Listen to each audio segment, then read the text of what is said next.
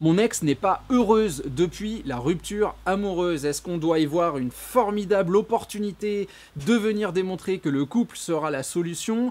Ou est-ce qu'il y a des dangers à ce genre de situation? C'est cette question qui nous intéresse aujourd'hui. Elle commence comme d'habitude, juste après le générique.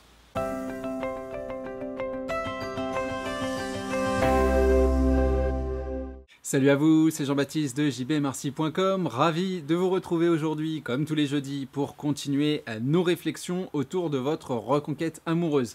Un peu difficile de trouver un spot où me placer sans avoir le soleil dans les yeux, pas bien orienté, j'espère que ça gênera pas trop la qualité de la vidéo, du film. En tout cas, comme je vous le disais, on se focalise cette semaine sur une problématique qui n'est pas nécessairement la plus courante, mais qui arrive, et vous le savez, on essaye toujours d'élargir nos sujets de réflexion pour vous apporter les solutions et les réflexions qui vous permettent d'avancer. Cette semaine, donc, on s'intéresse à l'idée, au fait que mon ex ne soit pas heureuse depuis la rupture amoureuse. Voilà une situation qui va forcément créer de la frustration chez vous parce que il y a une évidence absolue. Si tu vas moins bien maintenant que tu as décidé de rompre, si tu vas moins bien même que pendant notre relation, avec mon changement, avec tout ce qui peut se passer, tous les efforts que j'ai envie de mettre et l'amour que je ressens pour toi, bah la solution est très simple, on se remet ensemble et on va avancer et je vais être ton moteur et ça va aller mieux et moi aussi je vais aller mieux,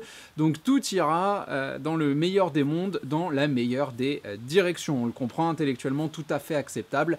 Le souci c'est que la rupture amoureuse est un petit peu plus complexe que cela et que cette verbalisation là n'amène pas souvent grand chose. En tout cas, comme d'habitude, vidéo séparée en plusieurs parties et on s'attaque dès maintenant à la première, à savoir la différence qui existe entre un choix et des conséquences.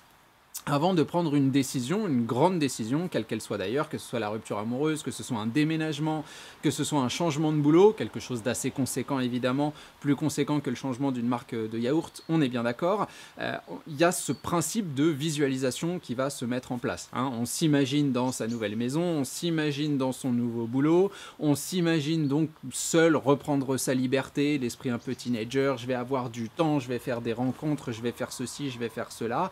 La plupart du temps, on va pas se mentir, ce qu'on met en relief, c'est le côté positif, ce ne sont pas les obstacles qui vont être présents au moment de cette réalisation, soit parce que, on ne veut pas les voir, on se dira qu'on les traitera, ces problématiques-là, au moment où elles arrivent, soit parce qu'on n'était pas au courant qu'elles allaient arriver. Un exemple que j'ai déjà cité, qui est à proximité des proches, un type qui donc rompt avec une personne que je connais et qui s'étonne au moment de la réévaluation de la maison, si vous voulez, de devoir payer la part de la personne qui sort de la maison.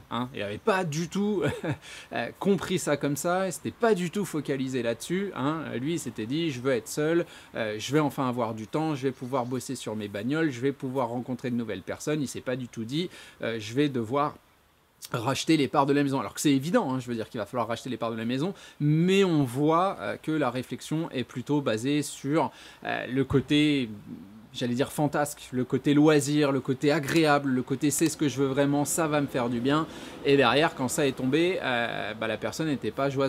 On va pas se mentir. En tout cas, très clairement, il y a donc cette grosse différence entre ce qu'on se voit faire, on s'imagine être dans un état d'esprit extrêmement positif, on s'imagine se sentir bien dès qu'on se lève, et puis il y a les conséquences réelles qu'on ne pouvait pas véritablement calculés, en tout cas pas dans leur entièreté au moment d'être seul. On n'avait tout simplement pas tout prévu, que ce soit donc les obstacles matériels, les problématiques matérielles, mais aussi les ressentis comme le fait de ressentir du manque, le fait d'avoir à réorganiser son quotidien, passer d'une personne à l'autre, si c'est vraiment ce qu'on voulait, ça peut être très intéressant, mais comme vous le savez, il y a toujours l'effet de comparaison qui est présent, qui fait que, sans parler d'un manque à se rouler par terre non plus, il y a cette petite différence qu'on note, et puis plus on découvre la nouvelle personne, plus aussi il peut y avoir des choses qui ne sont pas aussi satisfaisantes qu'on le pensait au départ, très clairement. Alors attention, je ne suis pas en train de dire que le manque, ça veut dire silence radio et qu'on va revenir vers vous en frappant à la porte un soir de pluie. Me faites pas dire ce que j'ai pas dit, ces raisonnements-là, ils sont toujours laissés de côté sur cette chaîne-là, mais on comprend que oui, c'est une valeur qui peut tout à fait être présente et que la différence entre la visualisation et la réalisation est véritablement quelque chose qui existe dans absolument tout ce qu'on fait, hein. Vous allez faire un examen, vous tombez très rarement sur le sujet que vous aviez préparé, que vous étiez imaginé faire devant votre examinateur. Tout ça, forcément, bah, ça va avoir un impact sur la personne que vous avez face à vous, dans son quotidien, dans ses réflexions, et puis bah, évidemment également, il y a tout ce que vous mettez en place, hein, en termes d'évolution personnelle, en termes d'attitude, en termes de communication, en termes de mouvement, qui là aussi peuvent faire relativiser et se dire mince, c'était moi qui devais m'en sortir le mieux parce que c'est moi qui prends cette décision, c'est moi qui assume la rupture, c'est moi qui n'ai plus de sentiments, et la personne face à moi me propose du sourire, semble aller bien dans son quotidien, c'est tout le mal que je vous souhaite, hein. N'oublions pas que la reconquête de l'autre passe avant tout par la reconquête de soi, donc plus, sans être dans la démonstration absolue, mais plus on se sent bien, bah, plus on a de chance de faire avancer le schmilblick également, bah, il peut y avoir un effet de comparaison entre moi, et là je me place dans les chaussures de votre ex, et la personne que j'ai face à moi, donc vous, qui semble avancer mieux que moi, hein. Ce que je prenais l'image du marathon, que vous connaissez maintenant, hein, oui, les personnes qui partent en sprint sont devant pendant, je sais pas, 3, 4, 10 kilomètres peut-être, et puis bah, au fur et à mesure, quand on réadapte sa foulée, c'est la personne qui a engagé le moins d'énergie au départ qui va reprendre la distance qui les séparait et voire même finir loin devant. C'est quelque chose qu'on voit très souvent dans les ruptures amoureuses où la personne face à nous, elle, dans sa tête, elle était déjà partie, déjà dans ses changements, déjà dans ses projets, déjà dans sa nouvelle relation, dans sa nouvelle maison, etc. etc., etc. Et puis bah, se contente un petit peu de ça de façon très, très animale. Ça y est, j'ai mon résultat, je vais en profiter. On n'est pas dans une logique de développement personnel forcément extrêmement poussée, et à côté de ça, on a, nous, avec tout notre travail, qui finissons par dépasser un peu cette idée-là, et c'est vrai que intellectuellement, ça peut faire pas mal réfléchir. Peut-être même que votre ex vous en parle, du fait qu'il ou elle ne se sente pas bien, et la vraie question, c'est du coup de savoir comment réagir, et roulement de tambour, bien évidemment, ça nous permet de passer sur notre deuxième partie, à savoir le piège de la verbalisation. Piège du côté de votre ex et piège de votre côté aussi. Du côté de votre ex, quand on va vous annoncer qu'on va pas bien, on sait qu'on se met quelque part dans une position de faiblesse, même si encore une fois, le rapport amoureux pour moi n'est absolument pas un rapport de domination.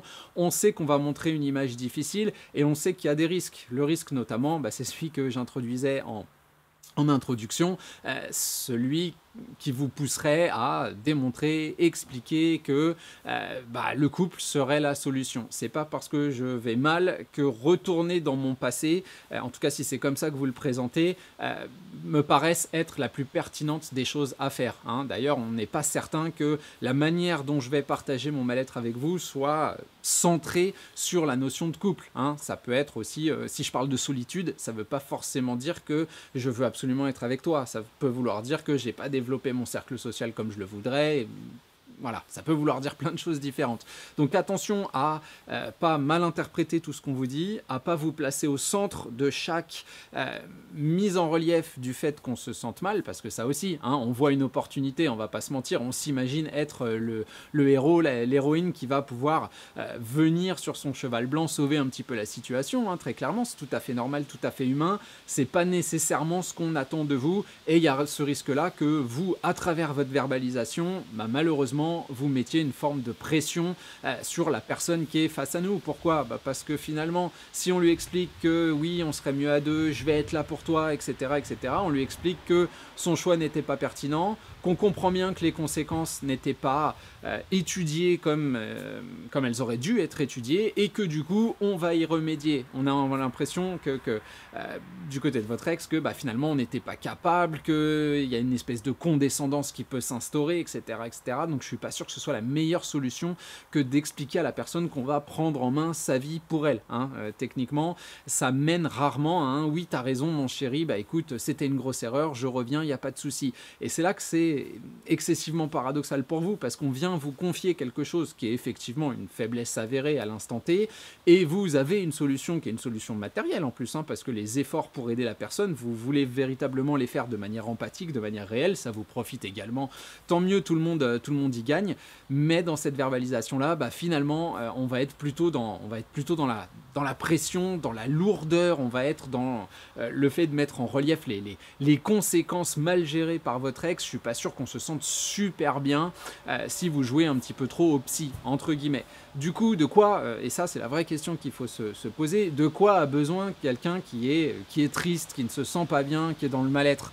Rarement de très très très longues discussions. Je veux dire très clairement, si une longue discussion suffisait, une séance chez le psy, on n'en parle plus, quoi, hein, clairement, parce que c'est des personnes qui se sont professionnalisées dans le rapport à soi-même et qui sont censées pouvoir apporter des solutions. Donc si une seule discussion suffisait, ou des discussions suffisaient, t'aurais pas des gens qui vont chez un psy pendant des mois, des années, etc., etc. On comprend que c'est des processus psychologiques et que tout ce qui est processus interne à l'être humain, à mon sens, j'ai peut-être tort et vous pourrez me le dire dans les commentaires, il n'y a pas de souci. Allez-y doucement quand même, parce que je reste un être humain. Des fois, c'est abusé ce que je peux recevoir comme commentaire, mais bon, je ne suis pas là pour me plaindre.